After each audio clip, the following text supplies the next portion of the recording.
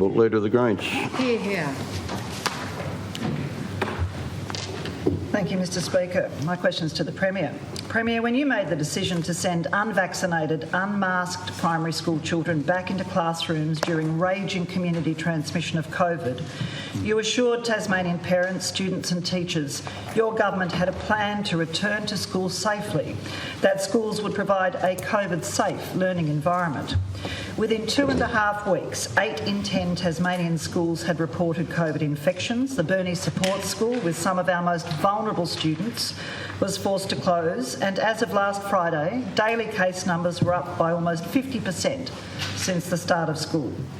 Premier, your plan clearly did not provide COVID-safe learning environments for unvaccinated, unmasked primary school students, where most of the infections and outbreaks have occurred.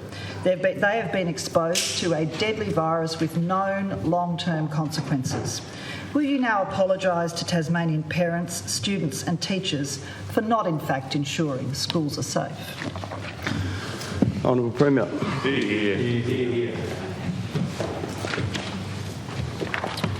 Mr Speaker, I thank the Leader of the Greens for that question, because I must admit I've been waiting 2 months to respond to some of the rubbish that you started with over the Christmas period. I didn't unleash some of the rubbish that this member started with over the Christmas period, Mr Speaker. On Twitter. Some of the crazy stuff that you started with over the Christmas period. Point of order, Mr Speaker. This question is asked on behalf of Tasmanian students, teachers and parents. Ms O'Connor, they deserve an answer. Ms O'Connor, that wasn't the point of order, and you know that. Disrupting the Premier, of course, in his stance. What did happen is you had considerable preamble that went to a lot of places, and I'll allow the Premier the opportunity to address those issues. Thank you, Mr Speaker. Some of the crazy stuff that you were talking about. Eugenics. Yeah. Eugenics Talk to is where you went. disabilities. Eugenics is where you went. Mr Speaker, Mr Speaker, out there, day by day, trying to frighten people. Mr Speaker, doing her very best. Mr Speaker. And I have with me some of the stuff that you actually went on with, which was extraordinary, Mr Speaker.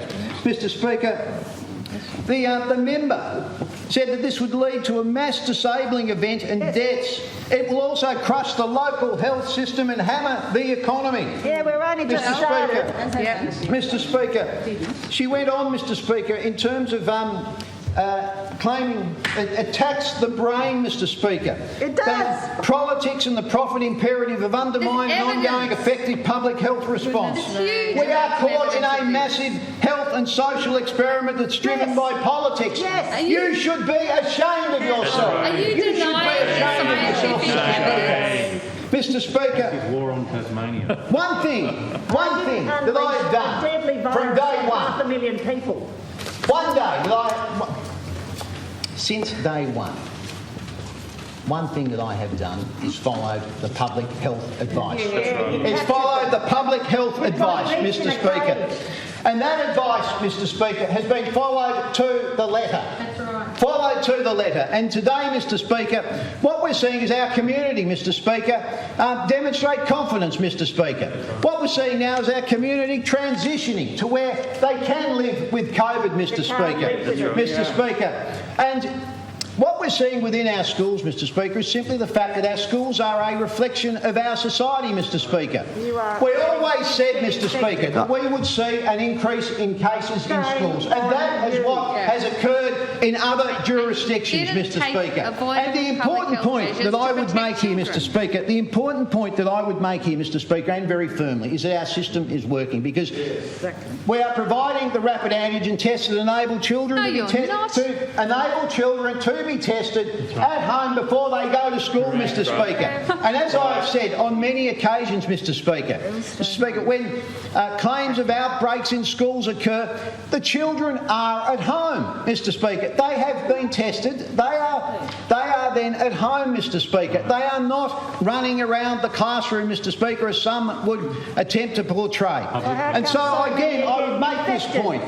I am so disappointed in the way that you behaved over that Christmas period. Over that Christmas period, Mr. Speaker, because what you did, You don't know anything what about you this did virus, then, or you're pretending Mr. Speaker, not to. you pivoted. Through the chair, please, Premier. To wanting to frighten people. No. To wanting We to were frighten following people, evidence. Mr. Speaker, and you should be ashamed of yourself. Public health